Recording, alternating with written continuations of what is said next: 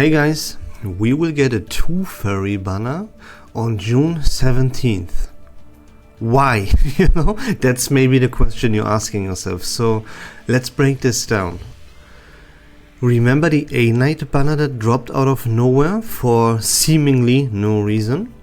And shortly after that, we got the primitive urge, the myth manifest, right? Which is supposed to be synergizing very well with A-Night.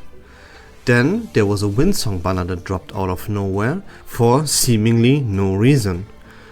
And then next version, we got a free garment for Windsong. And now this 2 fairy banner is dropping out of nowhere, for seemingly no reason. Point is, these banners, they don't drop for absolutely no reason.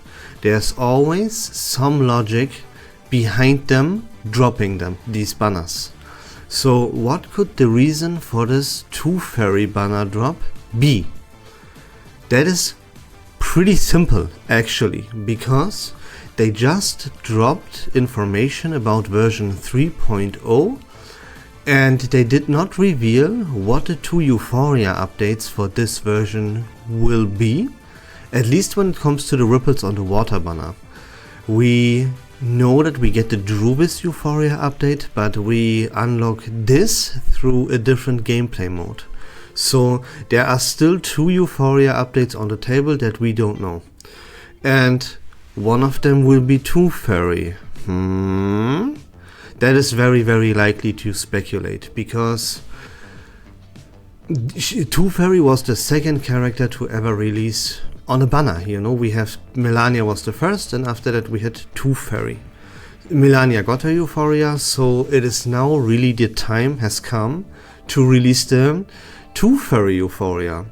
And that's my speculation as to why they dropped this banner, so that you can pick up 2 fairy right now, right here, and then unlock a Euphoria update in version 3.0. Although, keep in mind, that is a little bit of speculation. Should you pull on this banner when this drops on the 17th? The answer to that question is very easy: no. No matter what the circumstances would be, no matter what characters are part of your lineup, etc, etc. You don't pull on this 2 fairy banner no matter what. If you are like, oh, I love 2 fairy, I always wanted her and I will pull no matter what on this banner, okay?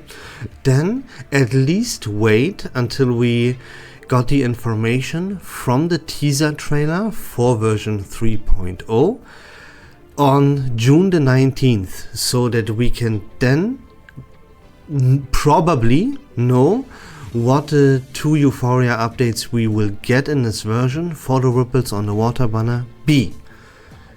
But even then, right, you still shouldn't pull on this banner, even if 2 fairy receives her Euphoria update in version 3.0. Why shouldn't you pull on this banner? Because she will then most likely be part of the Ripples on the Water banner in 3.0, and that's the time where you pick her up. Now we don't know what the second Euphoria would be.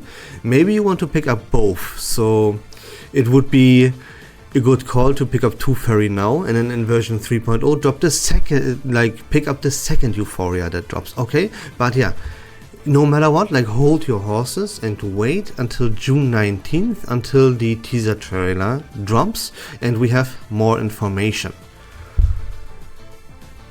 But again, emphasis on that, keep that in mind. Even if she receives her Euphoria update, and no matter how good it might be, she will be part of the Euphoria banner in version 3.0, so don't pick her up right now.